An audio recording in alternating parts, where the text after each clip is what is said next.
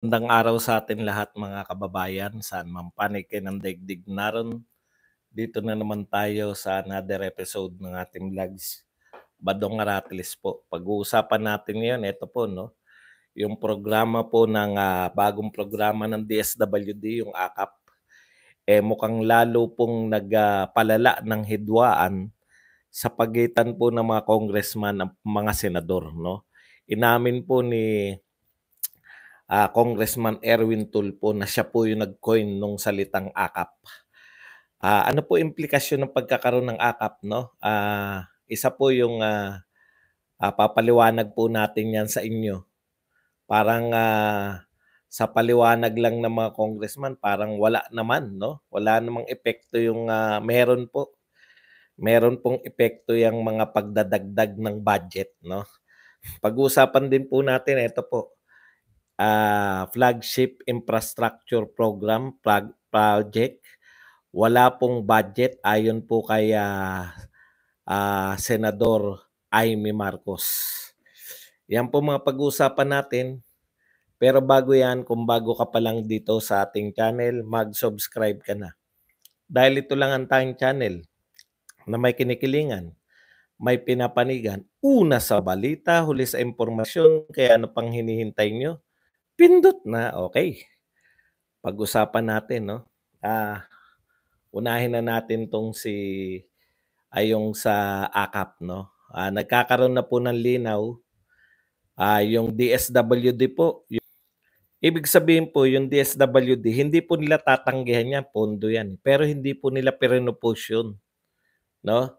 So, saan po nanggaling yung proposal? Hindi po, wag niyo po muna lituhin. Wag niyo muna lituhin yung sarili niyo sa mga EDSA busway. Kulang po kayo. Mamaya po yan sa question and answer. O, hindi po yan kasama. Wala po tayong EDSA busway. No? Kulang kayo, cool. Okay.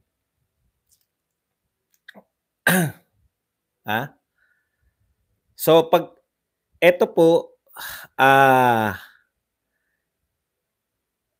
yun pong AKAP, yung AKAP muna, no? Ang nag-coin pala nitong AKAP. So una, hindi po ito galing sa DSWD. So yung nag-propose, hindi po yan kasi 'di ba per department po. Nakita po natin yung pagbabudget, 'di ba? Alam nyo, sana wala na lang ng mga budget hearing. Kasi tandang-tanda ko diyan una nag-ugat yung away ng mga Duterte at mga Marcos eh. Yung pinahiya nyo pa sa budget hearing si Sara Duterte. Alam niyo po, nung budget hearing, yung confidential fund po ni Sara Duterte.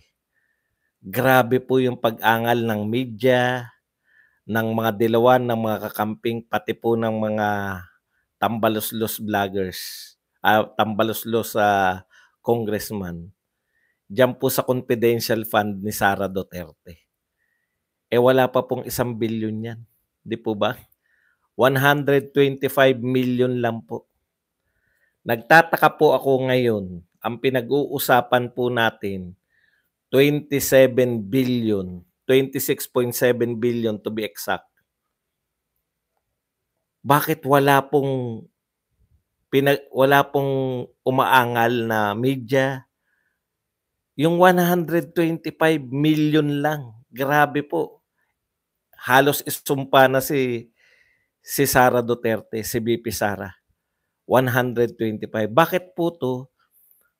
26.7 billion. Dehin bokiki ang media. Dehin bokiki yung mga bumabatikos sa 125 million ni Sara Duterte. No? Double standard po eh. Ang pag-atake, no? Ang layo po ng pondo. 125, ito 27 billion. Dapat nung natuklasan to ng tao, nagwawala na. Nagwawala na sana yung media ngayon.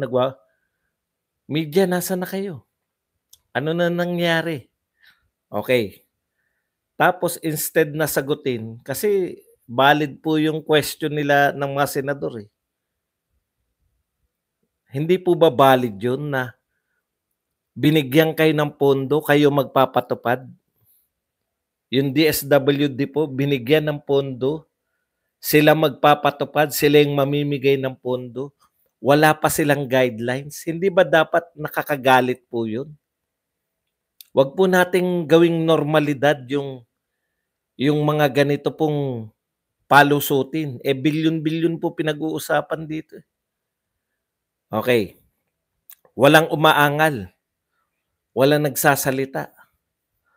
Maski yung mga tambaluslos vloggers, maski yung mga yun lahat po ng tumutol sa 125 million ni Sara Duterte na pinapaliwanag naman ni Sara Duterte kung paano gagastusin yung confidential fund, kung para saan. Dinirekta naman sila.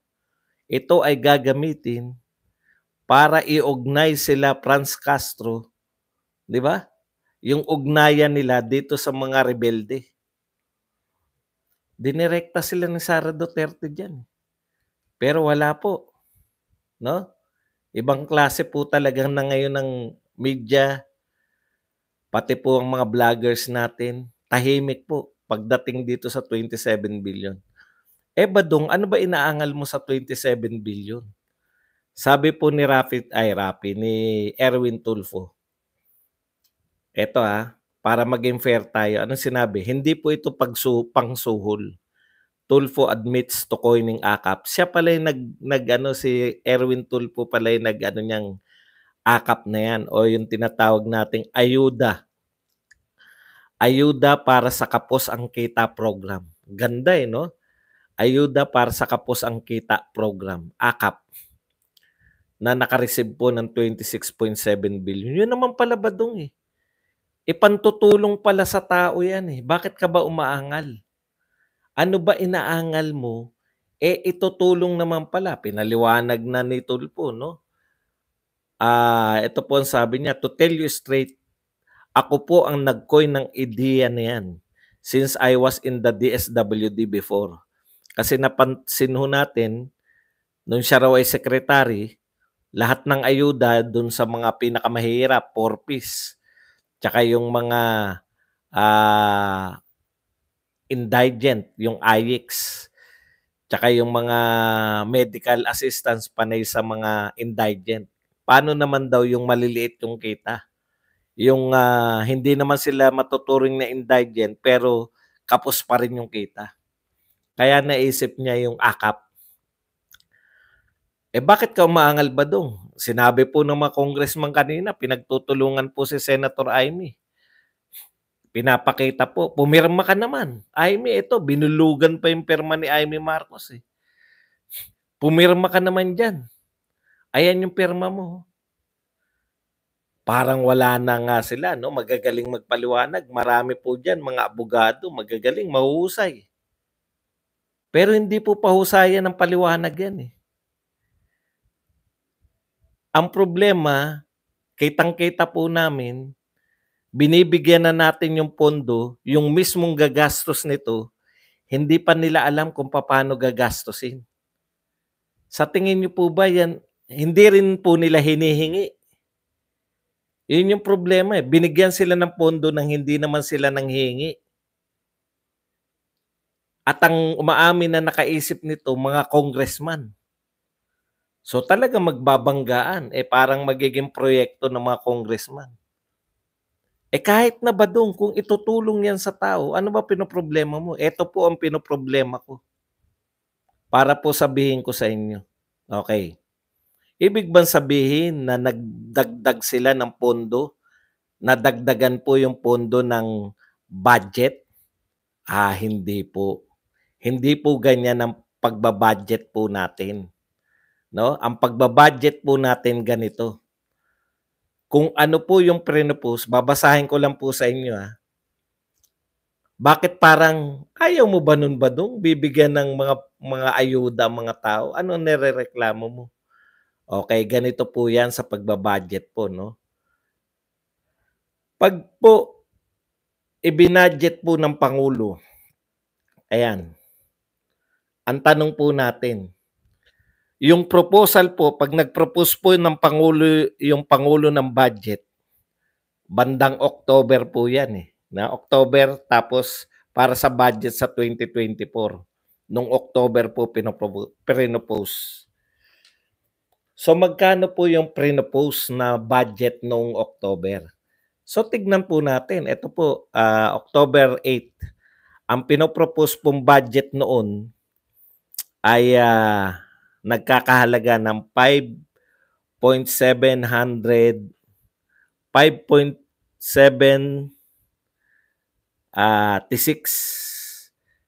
trillion.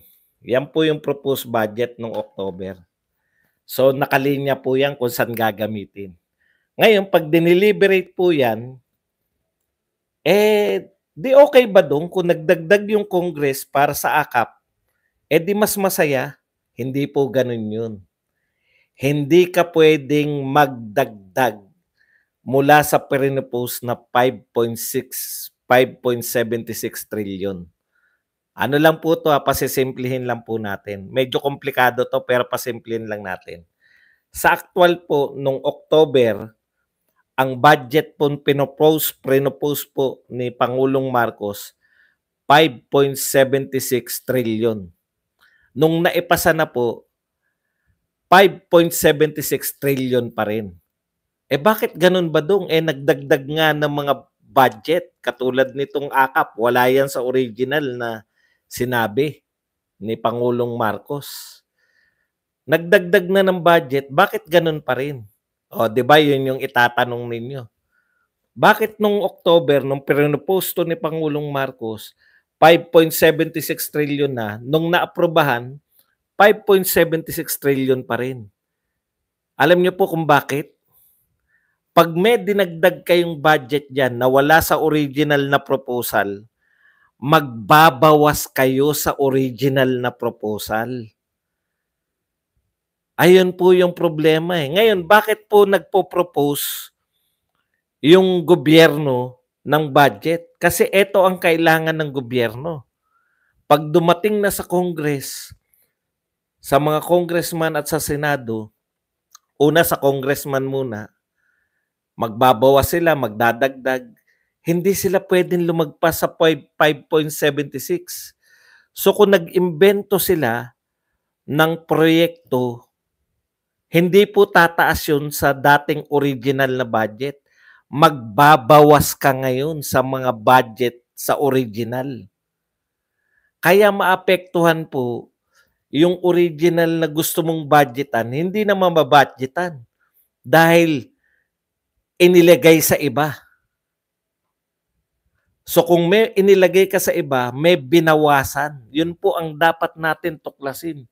Ano-anong mga departamento yung binawasan para magkaroon ng panibagong ayuda na naman. Nang hinalangan ng mga senador, ito po ay ginagamit para sa pagpapapirma. Ayuda, anong tawag dyan ni Jam Magno? Hindi na po pinagsasalita si Jam Magno ngayon, di ba? Anong tawag niya kasi riyan? Ayuda, wag tawaging pagbili ng boto, kundi incentive.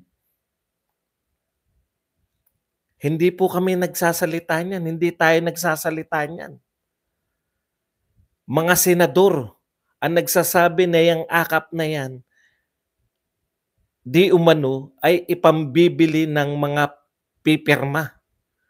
So ibig sabihin, nababawasan po yung budget ng mga nakalaan na sana sa mga totoong departamento. Kaya pupunta po tayo rito sa isa pang binulgar ni Senator Amy Marcos. Ito po ang sabi, flagship infra project sa 2024, walang pondo. Ang ibig sabihin po ng flagship infra project, malalaking proyekto po to, no? Wala pong pondo mula sa General Appropriation Act. Baka dyan, yan yung mga naapektuhan. Kasi nagdagdag ka ng mga budget para sa ayuda, binawasan mo naman yung mga budget para sa iba. Alam po ninyo, kahit baguhin natin ang saligang batas, kung wala tayong infrastructure, kaya nga po yan yung susi, build eh. Kaya po marami nag-invest dito, nakita po nila, Ang daming pinatatayong infrastructure ni Pangulong Duterte.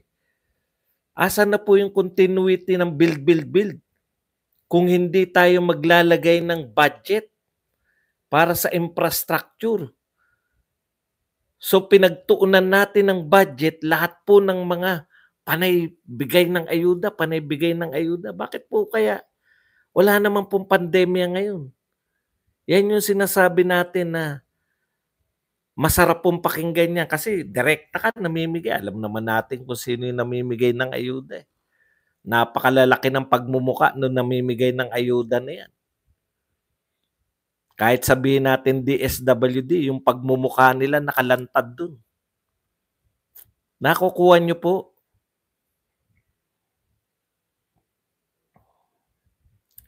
Uubusin nila, mawawalan po. Ito, sinabi to ni Senator Amy Marcos. Walang pondong inilaan ngayon 2024 para sa flagship infrastructure projects ng DPWH. Ayon ito kay Senator Amy Marcos sa panayam ng SMNI. Ito pa ang malupit, 300 million lang din aniya ang pondo sa right-of-way ng mga road project, ngunit ang utang naman dito ay nagkakahalaga ng 66 billion. Yan po yung problema natin nung panahon ni Pinoy. Kaya 6 years kay Pinoy, 6 years kay Duterte, ang dami na patayo. Ang problema lang ni Pinoy, dahil walang political will, walang right of way, tigil na yung proyekto. Kaya tama po yun. Marami pong proyekto si Pangulong Duterte nagtapos. Paano hindi malutas yung mga right of way? Si Duterte kaya niya. Lalo hindi malulutas yung right of way ngayon.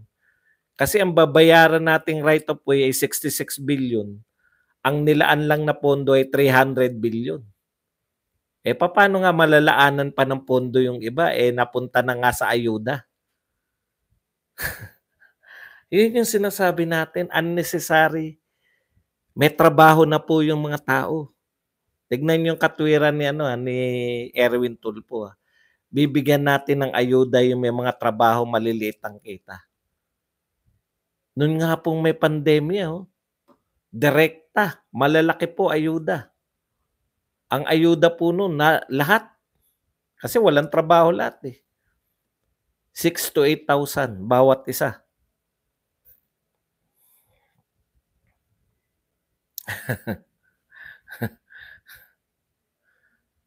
Grabe po. Yan, kahit po maawayin nyo ko, yan po yung resulta niyan, no? Kung walang infrastructure program, baguhin man natin yung ating saligang batas. Sa tingin nyo ba, yan po binabantayan ng mga, di po ba? Kung pinakamahal pa rin ang kuryente natin, sasabihin nyo naman, baka naman yung flagship program ipapasagot na sa mga ibang bansa. Hindi po ganun kadali yun. Nakita na po natin yan, yung Mindanao Railways. Yan po pinakamagandang halimbawa. Di ba? May magbabudget na China. Siyempre, papaligaw lang ng konti yun. Medyo ganun po talaga. Yung mga taga-US nga, dumadayo pa sa China para mga gobernador ng mga estado sa United States. Dumadayo ng China, makikipag-usap kay Xi Jinping para, hindi ko po sinabing China lang. Pero sila pinakamalakas magbigay ng pera sa pampondo. Ang nakinabang po dyan, di ba? Vietnam, Indonesia. Pinakamalaki po nilang partner. Hindi po ako pro-China. Kinukundin ako po.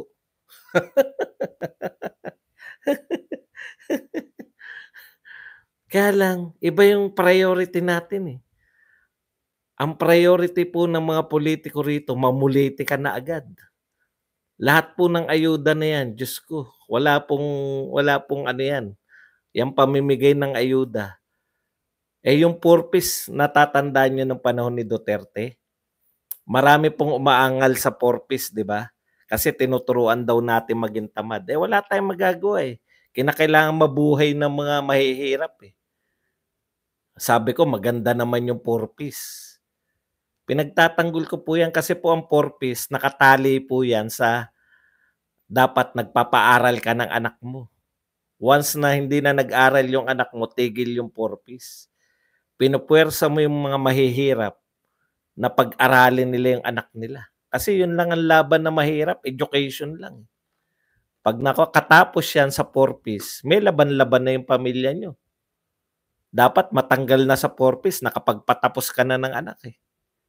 Yun po yun eh. Pero po itong iba, talagang may trabaho na, bibigyan mo pa ng ayuda dahil maliit ang sweldo. No? Hindi ko po tinututulan yun. Kaya lang, ganun ba tayo kayaman? Ganun ba tayo kayaman na lahat na lang gusto nating ayudahan? Kawawa naman yung bansa natin kung dyan lang mapupunta lahat. Ayan, no? Nilinaw ng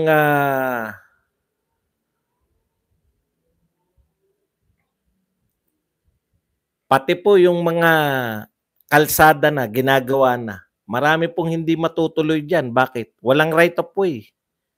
Babayaran mo yung right of way. Hindi naman po libre yun. At ito po, hindi po tayo. Kapatid po ng Pangulo ang nagsasabi nito. Hindi po natin to research. Mula to sa bibig ni Amy Marcos. Marami nagagalit ng mga loyalista kay Amy Marcos, pero hindi po katulad to ng ibang nagsasalita na naakusahan nila ng fake news. Halos lahat na sinabi ni Amy Marcos, totoo. O lahat yata. Di ba? Kaya masarap ikot si Amy Marcos eh.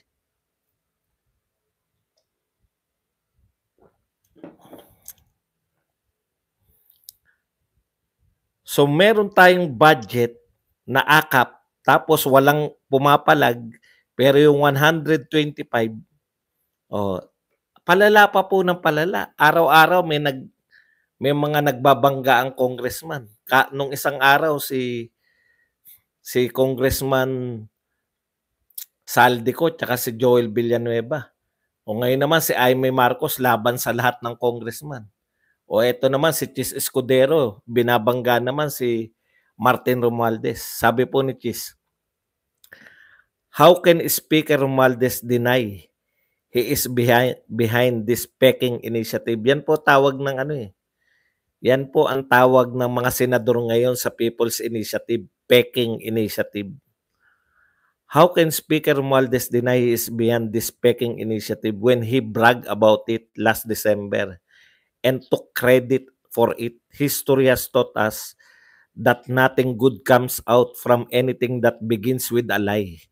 This is clearly politicos, not People's Initiative.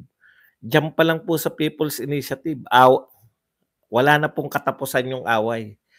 At ang dami na po, congressman na nanawagan, mahal na Pangulo, yung sa Lanao, yung tumutol dun sa Mindanao, anong pangalan nun? Alonto ba? Congressman Alonto, yung Tagalanao. Sabi niya, mahal na Pangulo, baka gusto niyo na makialam. Lumalala na yung away ng mga congressman at mga senador. Pakialaman nyo na po. O huli sa bibig. Kahapon din si Bato, nahuli po yung si Attorney Abad. Nakausap to si Martin Romualdez para dyan sa PI na yan. Ayon pa ito pa ang problema no? Okay, ayon pa sa kay Senator Amy pa rin. Ano ba yung sasabihin ko kay Senator? Ano ba yung huli? Puta, nakalimutan ko. Mamaya maalala ko yan. Ito po, sabi ni Ryan Lingo, no budget for infrastructure pero may bogus budget for unnamed AKAP para pambayad sa biniling pirma for People's Initiative. Grabe, this is so ridiculous. This government should be ashamed of themselves. Walang budget para sa infrastructure. Paano po tayo dadayuhin? Tapos, ang isasagot lang po nila, 51 billion ni Pulong. Nasagot na po natin yan. DPWH pong pondo yan. Hindi po yan pinilit kay Pulong.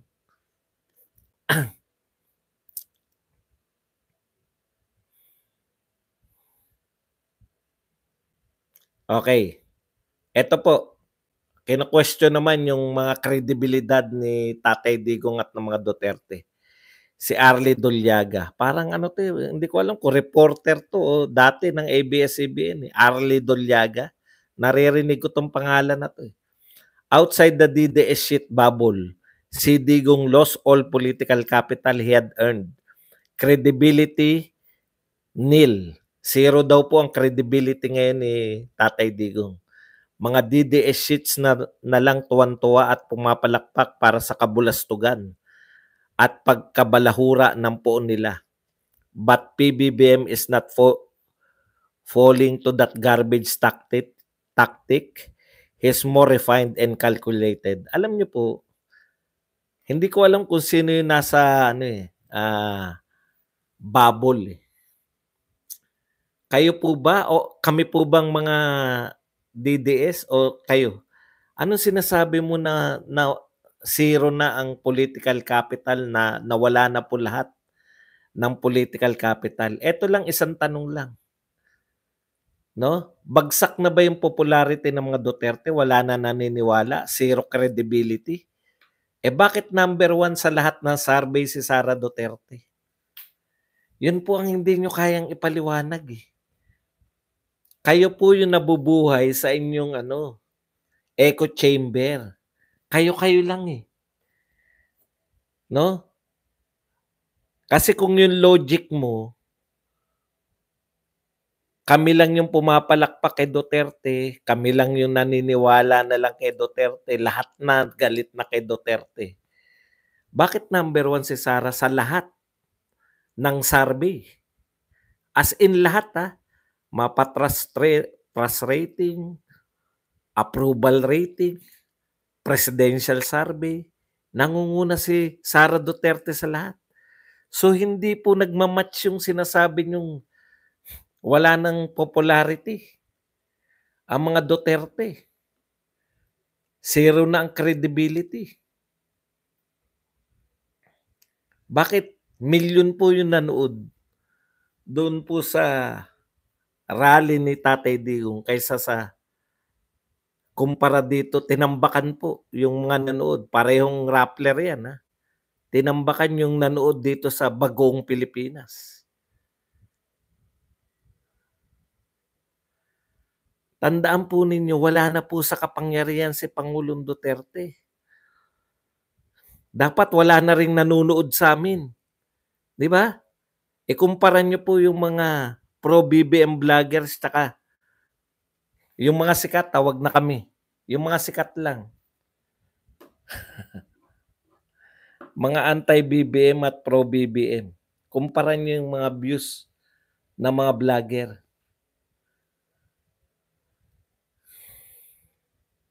Kayo po yung nabubuhay sa kahibangan. Hindi po kami. Baliktad yan. Lagi po naming naaalala. Magpakalye survey kayo. Walang problema. Nangunguna si Tatay Digong sa lahat ng survey. Duterte sa lahat ng survey. Pag tumakbo si Pulong, mananalong senador. Kahit sino sa mga Duterte.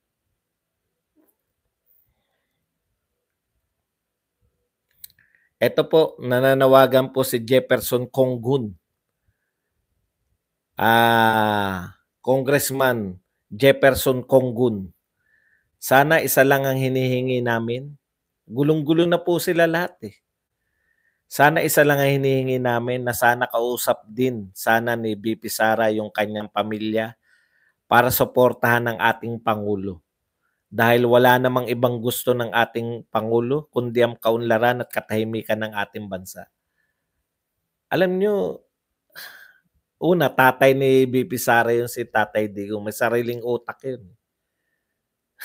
Si Pulong, panganay sa kanya. Mas shortcut, alam mo, Congressman Jefferson, si Pangulong Marcos na lang kayang kumausap sa pinsan niya. Mas matanda siya sa pinsan niya. Si Pangulong Marcos na lang kaya kumausap sa pinsan niya, sa asawa niya. 'Di ba? Mas madali kasi sila yung nasa kapangyarihan, eh.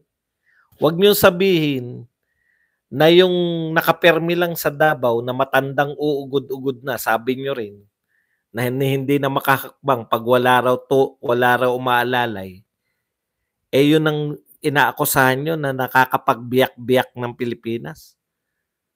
Sa totoo lang po, ang away po ngayon direkta, hindi po involved si Duterte. Sa tingin niyo ba away ng senador at mga congressman, involved si Duterte diyan?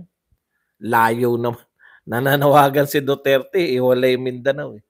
Nananawagan si Duterte babarilin niya ICC. Ang layo naman nung pinag-aawayan niyo. Sa totoo lang po, ang pinag-aawayan po ng mga congressman at senador, tiyatsa, PI.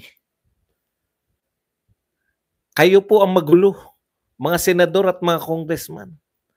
Huwag niyo pong isisi sa mga Duterte. In fact, kung hindi niyo pinangunahan si VP Sara, kung wala po ng gulo na kung wala pong gustong sirain yung very popular na si VP Sara, kung status ko lang po sana, ginalang niyo yung pagiging unity member ni VP Sara, wala sana tayong gulo sa mga Duterte. Magkakagulo pa rin kayong mga senador at congressman. Eh, hindi naman involved diyan yung mga Duterte sa away niyo. At kung very decisive po yung ating Pangulo na i-quelch kung ano man o yung pigilan kung ano man po yung namumuong tensyon sa pagitan ng lumalala po, eh. Nagiging personalan na, eh. Personalan na po mga atake niyo ng mga senador at congressman. Personalan na po. Lahat na nananawagan. Gumawa na ng hakbang si Pangulong Marcos. Idadaan na lang niya sa vlog. Yan lang po ang ating topic para sa gabing ito. Pwede na po kayong bigay ng inyong mga komento. Pwede na po kayong magpakape. Thank you very much kay Erna Escalera na nagpakape. Yan. 10 Hong Kong dollars.